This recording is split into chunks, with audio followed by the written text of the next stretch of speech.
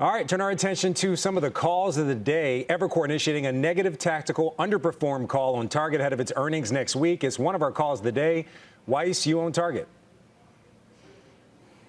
I do. So, look, I went into Target as a trade, but I'm still there. And I'd be surprised if Brian Cornell, and this isn't as much a bet on Brian Cornell as anything, by the way, I'd be surprised if Brian Cornell missed for a fourth time. So he missed 2 quarters ago, missed the last quarter. Then he came out 2 weeks later and said, hey, we're going to lower guidance again. Things are worse than we saw. So normally I wouldn't get involved in a stock like that because it shows that management has no idea what's going on. To have to readjust your earnings 2 weeks after you report them. But in this case, I'm going to give them the benefit of the doubt. I can't promise I'm going to be there when they report, but right now, I still think there's some momentum in the stock, and this is my market exposure. Yeah, let's kick this around for a minute. A lot of big retail earnings next week, including Home Depot and Lowe's. We're going to get to Lowe's in a second. But, Josh, where are you at on the state of the consumer?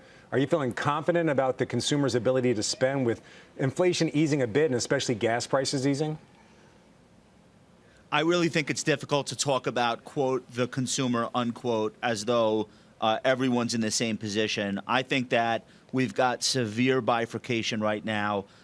People with incomes under $100,000, under $50,000, if you want to think about the stratification of that and how much of their monthly budget has to go to energy. And yes, I know gasoline prices are down, but I think the shock of that has pushed a lot of people into moving more and more of their monthly expenses onto credit cards. So we're seeing expansion in credit card spending. It is now back above the pre-pandemic level, back above the level before which we had all that stimulus and checks hitting people's bank accounts, et cetera.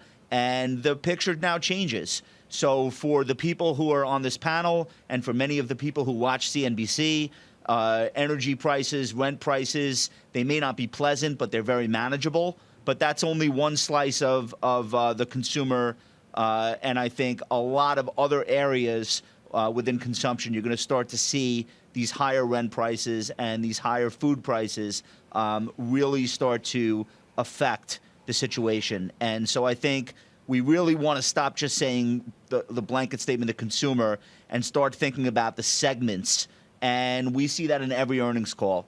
And every consumer-facing business has had something to say about that. Josh, I got to say, let's just be mindful. That is a great point. The K-shaped recovery, obviously an issue for a lot of these retail companies. Just yesterday, PPI, I believe housing was up 6% year over year. Very sticky right there.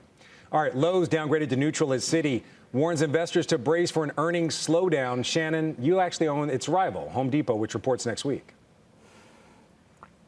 I do, and I primarily own Home Depot over Lowe's because of their pro contractor business. I think Lowe's, if you go back 10 years, really tried to align itself with having a kind of softer side, if you will, to home improvement, thinking about the whole home, doing more in terms of soft sales. And I think that that's really hurt them in this current environment. Although we are seeing some pressure in terms of higher mortgage rates and, potentially some slower housing activity, there still is pent-up demand for renovation and DIY. And there certainly are contractors who see Home Depot as a better option for that. But if I could just echo something Josh said, I think overall on retail, he makes an excellent point.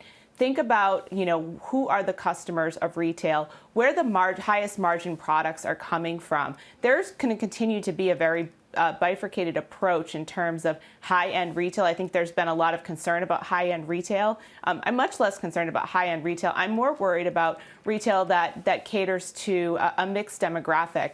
Where are you getting those end cap sales? Where's that discretionary spending coming from? And so that's why I like Home Depot better than Lowe's, to just feel like they're also their e-commerce platform, direct-to-consumer platform, is much stronger than Lowe's is. And so in my world, I like the housing-adjacent businesses, and I certainly prefer Home Depot over Lowe's at this juncture.